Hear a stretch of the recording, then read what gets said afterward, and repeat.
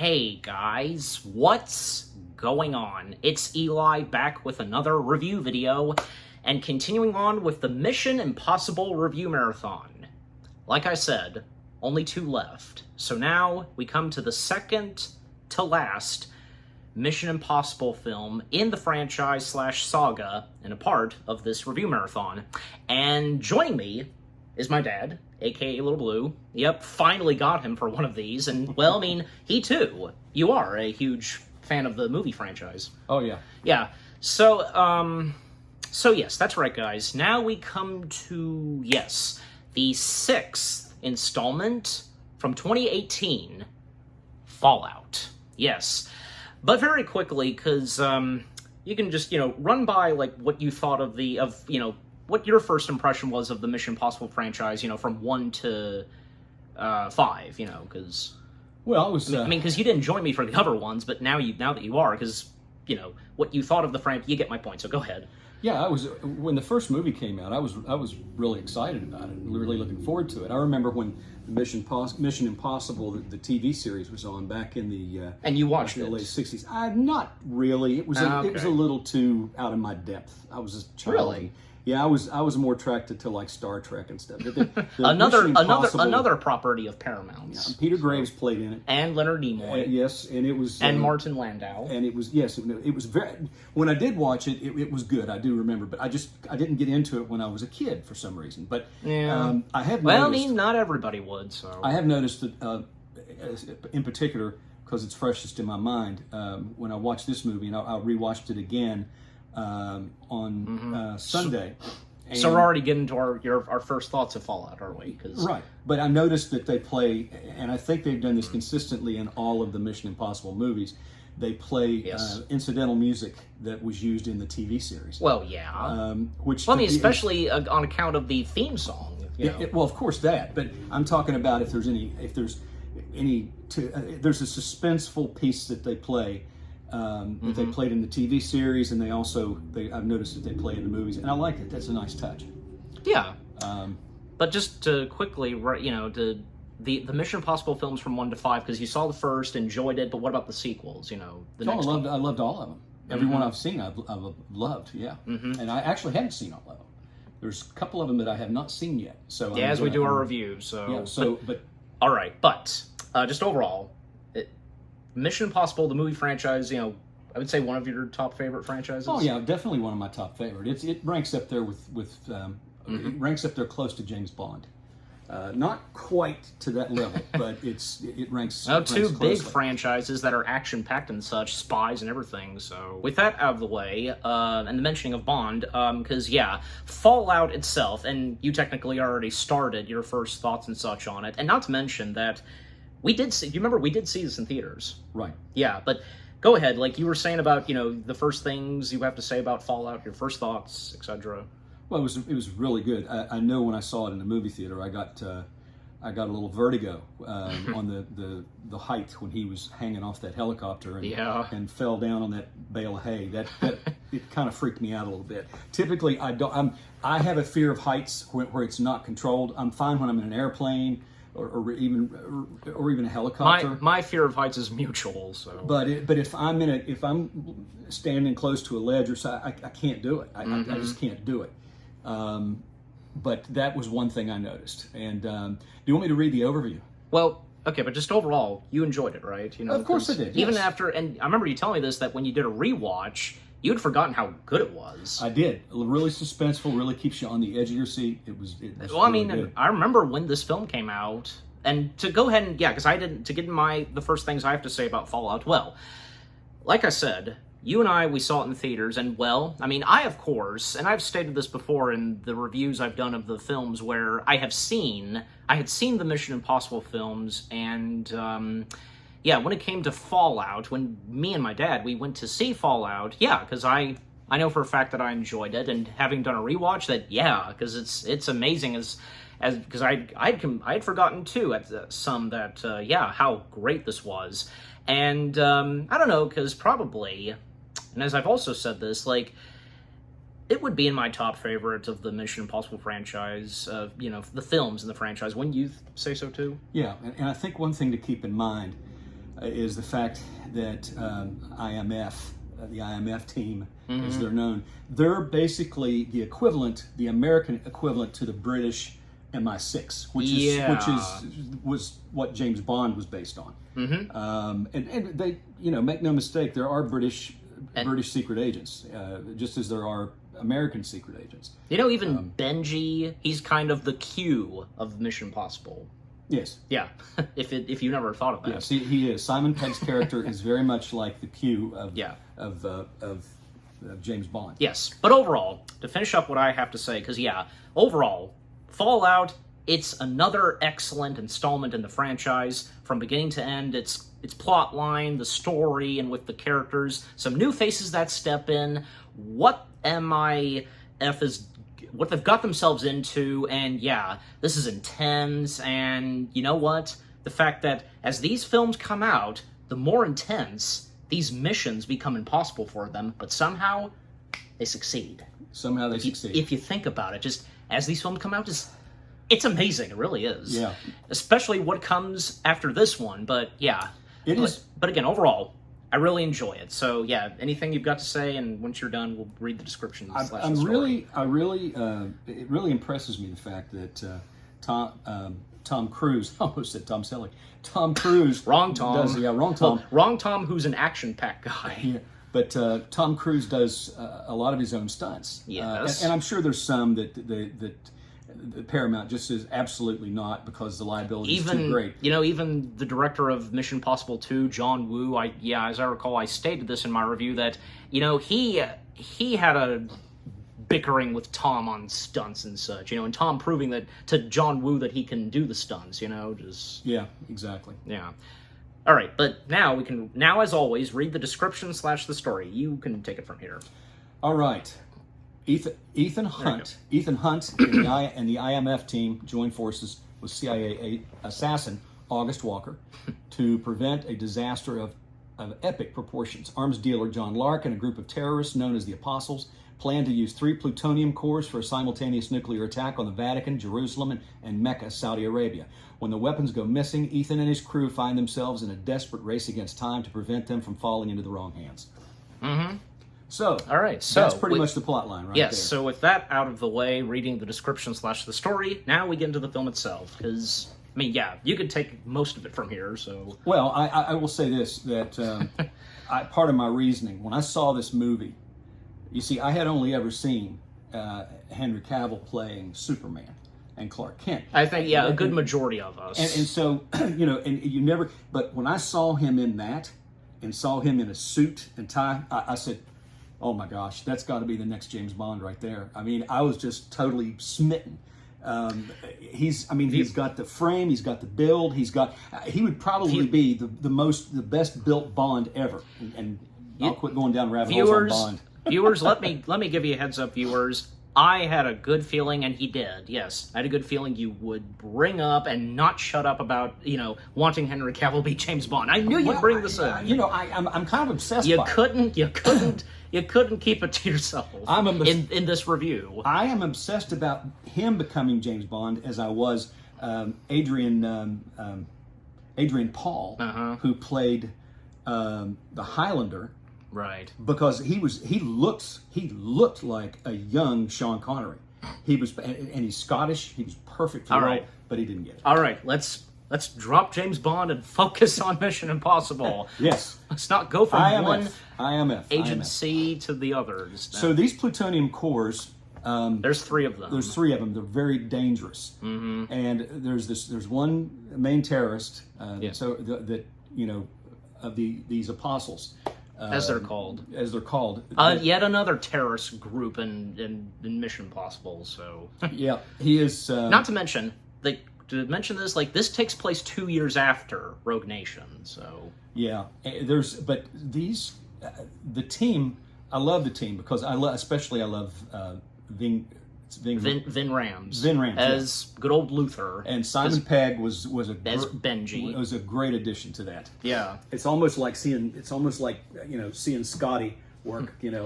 Well, I see him on Star Trek. As I stated in the last reviews I did, we can thank J.J. Abrams for having Simon Pegg be a a new addition to the Mission Impossible family. Yeah.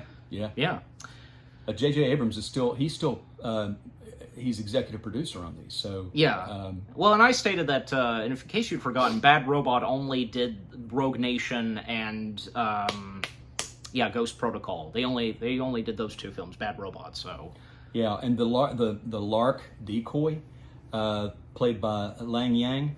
Oh my gosh, that was when they get in a fight with him in the bathroom, and I mean he's beating the crap out of. I think it's John Lark. He's beating the crap out of both August Walker and Ethan Hunt. Yeah. And he's really got martial skills in him. Big time. And he's impossible to take down. Yeah, pretty much. But it was really a lot of action. Yeah. But also the CIA is disappointed in Ethan and IMF, even with, Hung Lee, whom by the last movie became the new secretary of IMF, and Hung Lee once again being played by Alec Baldwin. The CIA is upset in the fact that they lost the plutonium and placing Walker, and as we mentioned his name already, played by Henry Cavill, to basically be by Ethan's side, and he's a great bad guy. As he turns out to be spoilers ahead, kind of a double agent. Yes, double agent. And Erica Saloni, played by Angela Bassett. Yeah, AKA who would become the Queen of Wakanda. So yeah. I mean, is there anything to say on her character? Because she's one of the CIA directors, and how she feels towards IMF and with Ethan and Hung Lee, Yeah, she seems to have a disdain for their line of work and what they do, but she is. I did notice. I saw her in the trailer. She is in the new movie, which I like that consistency. I don't know if Alec Baldwin is. He's already dead. He's dead. That's right. He's dead. There's another spoiler for you. He gets killed in this movie. But until we get more into that a little half further in. So. I liked his character in this movie, and I think Alec Baldwin is a great actor as long as he doesn't talk politics. That's the only thing. Okay. It's like, just act. Yes. He's an excellent actor. And he was a good addition to the Mission Impossible franchise. Yeah, I thought so too. With his character, so. I agree. But, because they're making their way to London, and that's, the sequence where they skydive, Yes. That was intense. Especially, amazing scenes where, they're shot in IMAX. Mm-hmm. And when I was watching it, and I think this probably the same happened for you when you watch it, where the screen gets big, full screen, because of IMAX. Yes. Yeah. And also, it's pretty funny because, Ethan, the conversations that Ethan and Walker have before they skydive, well, even Walker finding it silly if, people falling for the masked disguise tricks, Yes. And those are... They always were. Those are the best tricks ever. When Simon Pegg was dressed up... he was dressed up as Lark, I think. Was he Lark? Lane. Okay, Lane. Sorry. Yeah. Sorry. But let's not go into that fully yet. Just the whole costume, the whole thing with the mask and the voice box that they put to alter their voice that they put on their neck. Yeah. That is the coolest thing because it makes it believable. It really and truly does. It's believable. Yeah. So, in London, and because Elsa Faust steps in, once again being played by Rebecca Ferguson, shooting Mr. Lark, and now Ethan has to play the part of Lark. Yeah. To meet with the White Widow. Now, Elsa Faust, she is the one that's on the motorcycle, right? Yes. Yeah. That was a great sequence. I mean, that was just a great chase sequence. I loved that. Mm-hmm. So if you can, the whole thing of Ethan pretending to be Lark and meet with the White Widow, because what about that? Well, he was really taking a chance because Oh yeah, big chances in this movie because he was hoping that no one really knew what he looked like, and that there wouldn't be. But he got away with it. Yeah, he did somehow, and managed to fool the White Widow. Yeah, and the White Widow being played by Vanessa Kirby, aka future Sue Storm. Yes. So yes. yeah. I had completely forgotten for a while that, this is where she first appears, the White Widow. And also, one of her henchmen, Zola, being played by Frederick... How the heck is his name? That's Schmidt. Schmidt, thank you. How is that hard to remember to pronounce? But one of her henchmen, but also the fact that Zola he is her brother. So, but yeah. And also, yeah, the mentioning of bringing in, and, the White Widow especially, bringing in Solomon Lane, whom we once again see. And Solomon Lane, once again, being played by Sean Harris. Yeah. So in that whole sequence, because they're trying to go after Solomon Lane, but eventually when Ethan does it his way, not for, like, the White Widow and the others to get hurt and such, Right. Yeah. Like, what about that sequence? What do we have to say on that?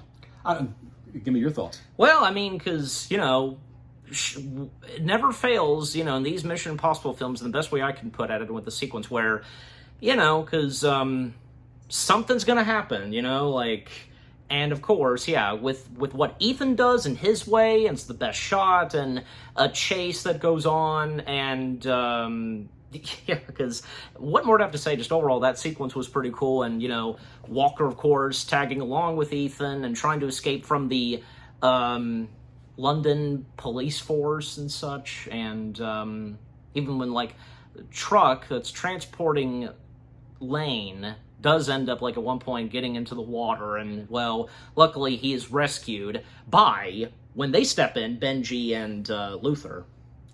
Yeah. So, but what about you? Because anything you've got to say on that sequence? No, you pretty much summed it up, I think. Okay. Also, like, another interesting thing that happened at the start of this movie, where they're interrogating this one guy in a hospital room. What about that sequence? Yeah, that was interesting, because the whole thing was a setup. It was a set. Yeah. Nils DeBrook. Yeah, played by Christopher Joner. Christopher Joner. Yeah. Right. But they completely fooled him. Yes. And they tear the walls come down, and they're And this news reporter turned out to be Benji in disguise. Yeah, it was. That was supposed to be Wolf Blitzer. Exactly. But also, as they continue on in London, well, at one point, because when Ethan does manage to escape from the police force, he had trouble with his bike, but eventually got it started, and throughout that chase and iconic, parts of London, of course, and then eventually when, Ethan catches up to Benji and Luther, but, with them escaping with Lane, they, like, because, like, when they pull up a garage door, they come face to face with this policewoman, but then some of the White Widow's men show up, and it just gets out of hand. He tells her to walk away, because she's in over her head. She's in way over her head, because she doesn't realize that this is, that this is IMF. This is exactly. This is U.S. intelligence and U.S. agents conducting an extraction, and so she thinks they're the kidnapping or smuggling or something like that, and she ends up, of course, when White Widow's henchmen show up, she ends up getting shot and then finally killed. Yeah, Ethan just, like, this is getting out of hand, like, he's just, screw this, he shoots the three of them. Yeah, so. he shoots them down. That was pretty cool. Mm-hmm. But then, of course, another chase ensues where, if it was not obvious, because one biker, obviously was not intending and trying to shoot, say, Ethan, Benji, and Luther, but Lane. And, of course, that being Faust. So that sequence where, Elsa on the bike and chasing Ethan and Lane, and eventually when he discovers that it's her, but, and he hates to do it, he runs over her.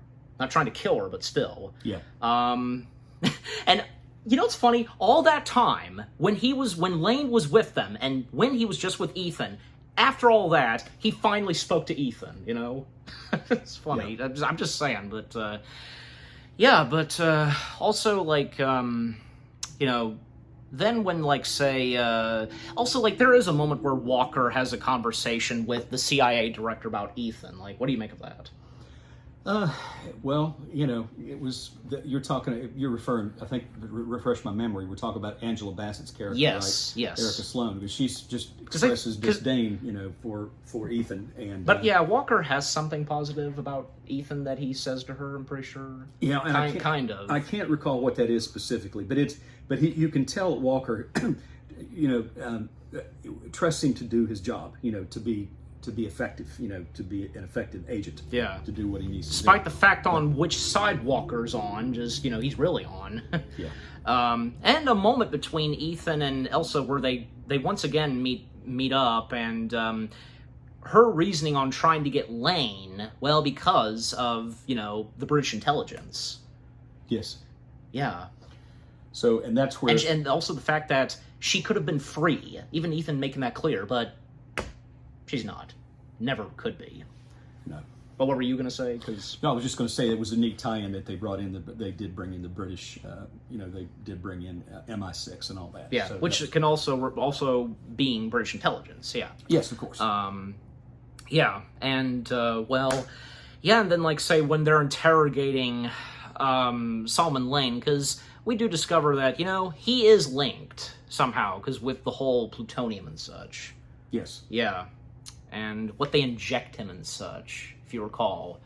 But to speed things up still, because overall, can't forget to mention this, because we once again get the appearance of Julia, once again being played by Michelle. Yeah, I think 2 or 3 times, Ethan has dreams of him and Julia with Solomon Lane in there. Yeah. What about that? Because what do you have to say? It was.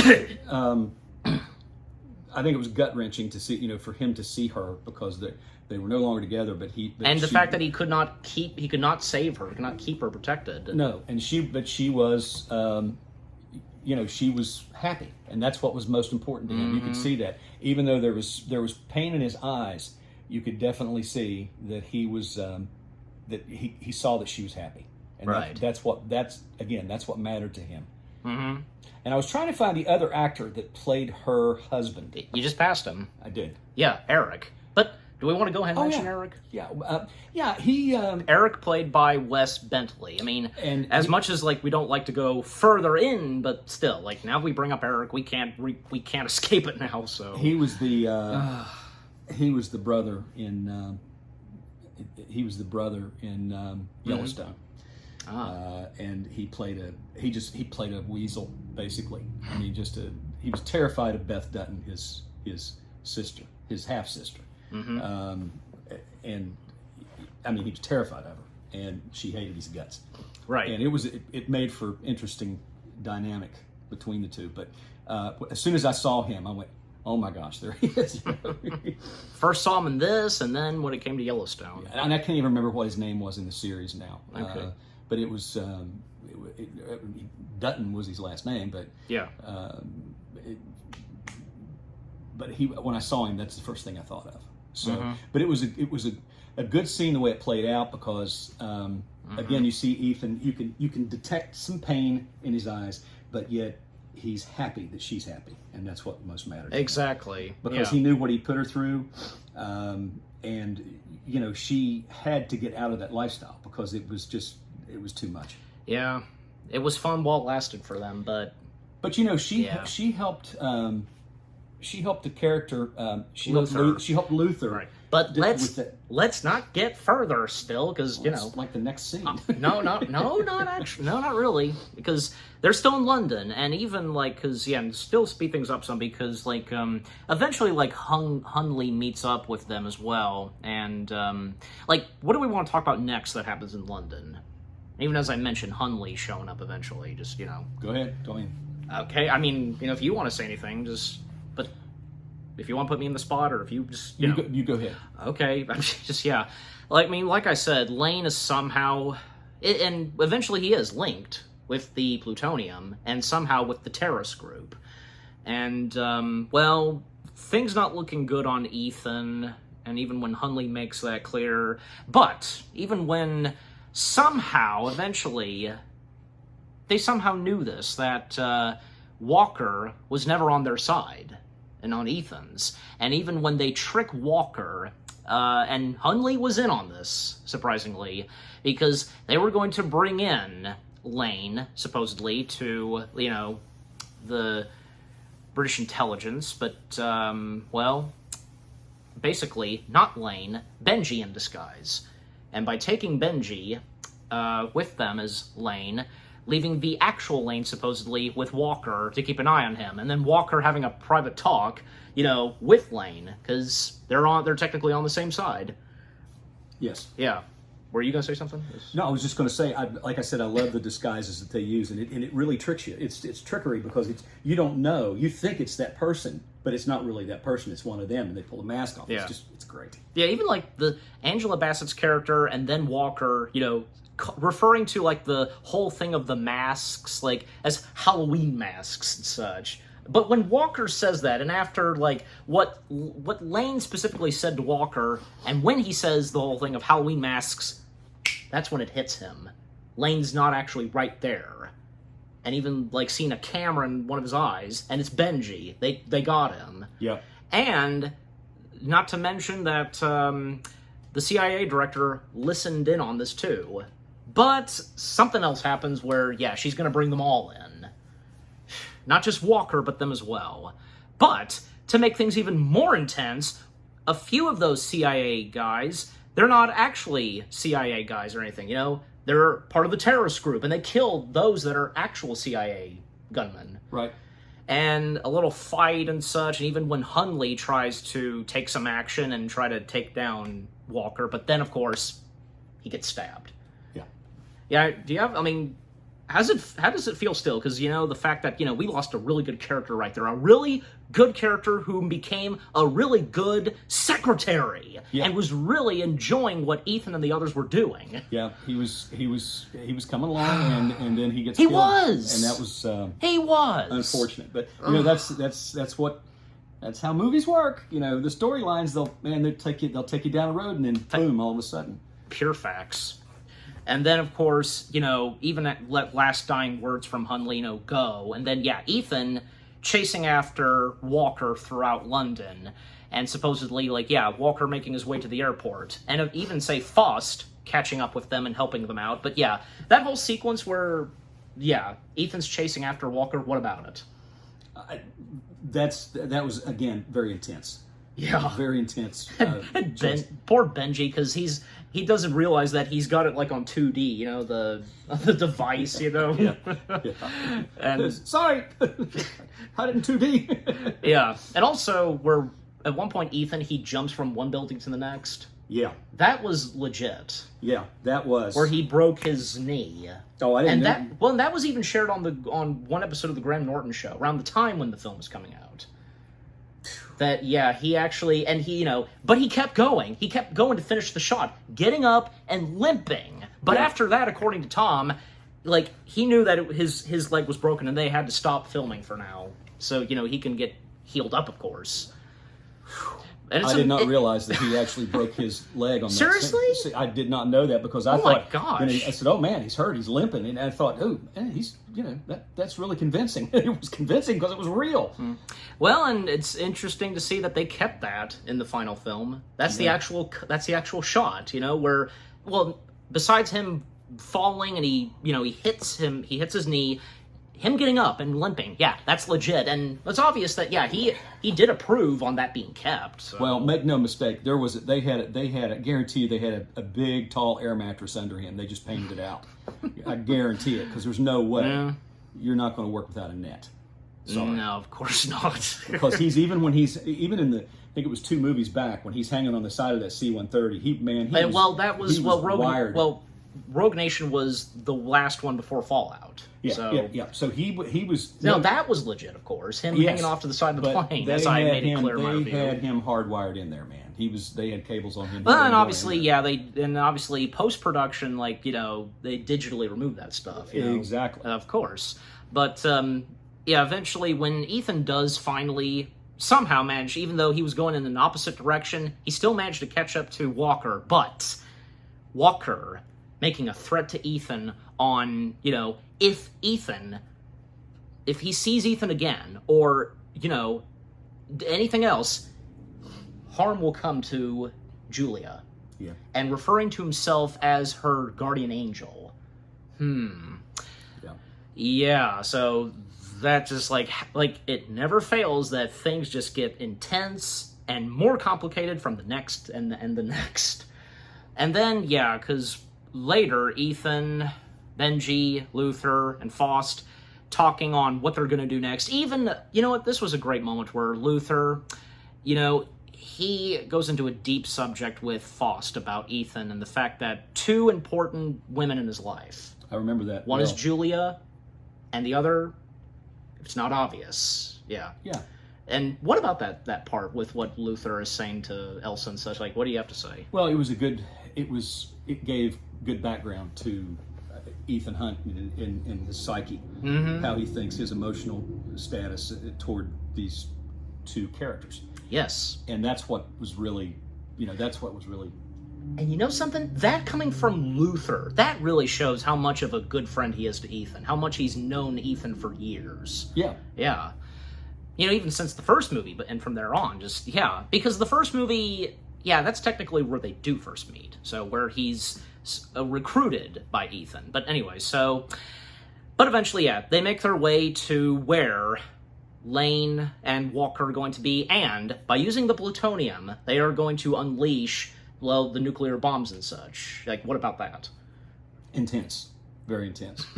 Yes. Anytime you're dealing with, you know, a nuclear bomb, it's yeah, because like the key locations, like from Paris, France, London, and New Zealand and Norway. So pretty sure they were felt when they went to that medical encampment that was in New Zealand.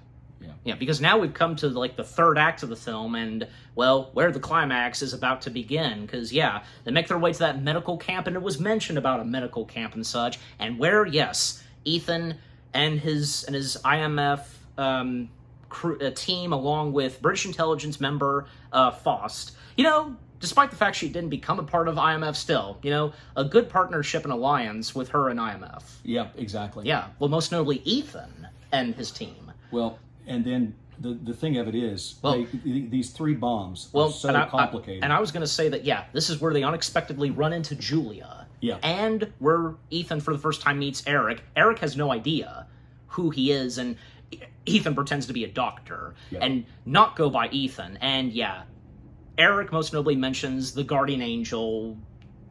Yeah. But now, what were you saying about the plutonium and such, you know? Well, the bombs are rigged. Yeah, the three bombs. They're rigged that they're almost they almost can't be diffused. I mean, it's almost impossible. And there's a detonator. There's a timer on it that Walker has. And that's the key to end this madness. Right, and that's when Ethan has to go after him, and in a helicopter, and they get hijacking a helicopter, taking down two that were on the helicopter, and letting go of what the helicopter was carrying. Yeah, it was pretty intense. And while Luther is trying to defuse the bomb.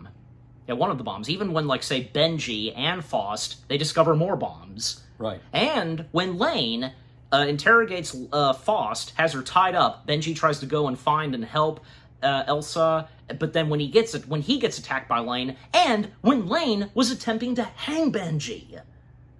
Golly. Yeah. But eventually Elsa managed to break free from being tied up and try to take down Lane as best she can. Yeah. And also the fact that Julia... This is good on her. She steps in and helps Luther, as was brought up earlier. She's helping Luther to defuse that bomb. Very calm, very cool. But you see, she's already been through this kind of stuff, so she's kind of she's probably by now gotten used to this. She's like a pro at it, practically, to work under pressure, that kind of pressure, anyway. And I like how, because Luther saying to Benji, because Benji knows that probably this isn't a good idea, but mind your business, Benji. And it was also nice of Julia to ask Luther how Ethan's doing. Yeah, of course, to keep up and such with how each of them keeping up with each other, how they're doing and such. Right. Yep. And but just that whole sequence where the helicopter chase and when eventually, because when each of them are trying to hit one another and eventually they both go down and just what about that and the climax to it, just I tell you, it was. It got intense, and watching it in the movie theater on the big screen, it just you really get pulled into it. Even part of Walker's side of his face is burned up. So. Yeah, from hot oil. Exactly. Hot oil came out. And, golly, looked like part of his ear was burned off. Yes, that too. Pretty. Gross looking. Yeah. But eventually, yeah, I mean, finally, Ethan manages to take out Luther. Yeah. I mean, not, I'm sorry, not Luther, Walker. Walker, sorry, yeah. And barely trying to get the detonator. Barely makes it in time. I mean, barely. But he does. He does. And when they're trying to cut the wires green and such, and at the same time when Ethan trying to turn off the detonator, they do succeed. But I mean, it kind of, don't you think so? The film kind of tricks us where we see this like white light or something. Yeah. We think that they failed, but no. Yeah. Actually, that was very clever. That was clever. Yeah. But eventually, yeah, the madness of the 3 bombs, the plutonium, and Walker, the villains, the group of the terrorists, they're defeated. But Lane, he's still alive. I mean, he managed to once again be captured. So yeah. And even Lane was telling them that there's no way to stop this, but they, of course, found a way. They always do. IMF. They always do. Yep. And the epilogue / aftermath, well, Ethan being taken in and treated, and the CIA director, she technically apologizes, and she was wrong how she felt towards IMF, and most notably Ethan. And, of course, everything's good, with Julia, of course, and as was brought up, she's happy where she is. And even, I think it was mentioned that, yeah, had she not been with Ethan at first, and with that, she wouldn't be where she would then go to next. That's exactly right. Yeah. And Ethan, of course, reunited with his IMF team and Elsa. And, yeah, that was a great way to end it off. It was. So, and especially, to see Ethan and Faust, smiling and laughing. Yep. Yeah, so that was great. But, I mean, anything to say on the ending? Because no, the ending, all those movies end great, because you're kind of sitting there going, and you're just relieved that all there this, you go. All the tension is over, all through the suspension and everything, but with with these movies being released and how many we've seen, we know for a fact that even though with the suspense going on throughout the film, hey, in the end it'll all turn out good. Exactly. Yes, they managed to do the mission that seemed impossible. Not anymore. No. Yeah. Pulled it off. Exactly. So, yeah. But, yeah, so Mission Impossible, the 6th installment, Fallout. An excellent, yet another excellent installment in the franchise. Wouldn't you say so? Oh, absolutely. Yeah, what are our last things to say, our final thoughts, results? Yeah, let's start with you. I'll say this, it was very intense, one of the more intense, they're all intense, but it was one of the ones I recall being more intense because of the, you have the nuclear bomb element in there. As I've said, nuclear bombs is in, more than one, so there were 3 of them. So it was a triple threat.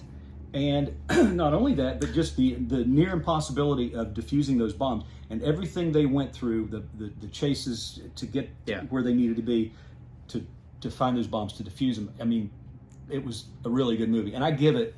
Well, before we do the ranking, because then now to come to me, what I have to say, my final thoughts. Also, can't forget to mention that eventually, the British intelligence did get Lane, and especially the White Widow. So, yep. Exactly.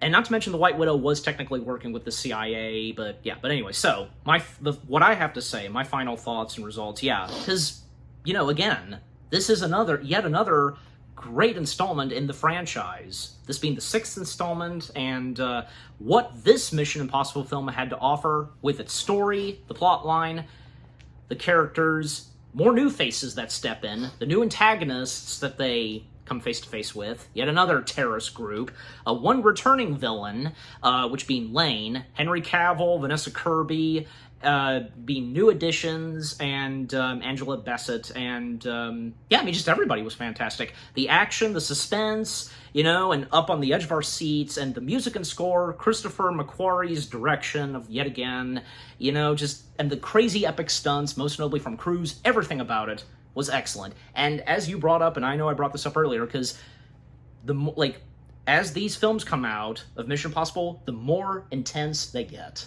Yep. Yeah, so, all right, so now, how we rate it, like, and how many stars we give it. We'll start with you, of course. I'm just for the sheer fact that it's Mission Impossible and that it was an excellent story. I give it 5 stars. 5 stars? 5 stars, yes. Okay, good. And as for me, what the heck? I give it 10 out of 10. Because I do 10 out of 10, you do 5 out of 5. So for me, 10 out of 10 stars for Mission Impossible Fallout. And for you, again, 5 stars. 5 stars. 5 out of 5. So what about you guys? What did you think of the 6th installment in the Mission Impossible franchise / saga, Fallout? Any of you, like me, my dad, get to see this in theaters? Is Fallout, would it happen to be one of your top favorite Mission Impossible films? What were some of your favorite moments and whom you enjoyed? And with the villains, Henry Cavill, and yeah. And of course, it never fails, like, you're up on the edge of your seat and just, it gets intense and so on, just, yeah. And with the stunts, the action, just, yeah. Overall, what do you think of Fallout itself, and with what me and my dad have had to say, our review, and yeah, what did you think of our review? Leave comments and give this review video a like, as always. And with that being said, thank you very much for watching. We hope you guys enjoyed our review of the 6th installment of Mission Impossible Fallout. More review videos are coming your way. They're going to be awesome. Keep looking forward. And we will see you guys in the next video / review. Any last words? I must be off. He says that. For me, again, thank you for watching. And, well, there's literally one more Mission Impossible film left just for me to review. And you know what that is, so stay tuned for that. So again, thank you very much for watching. Take care, and peace out.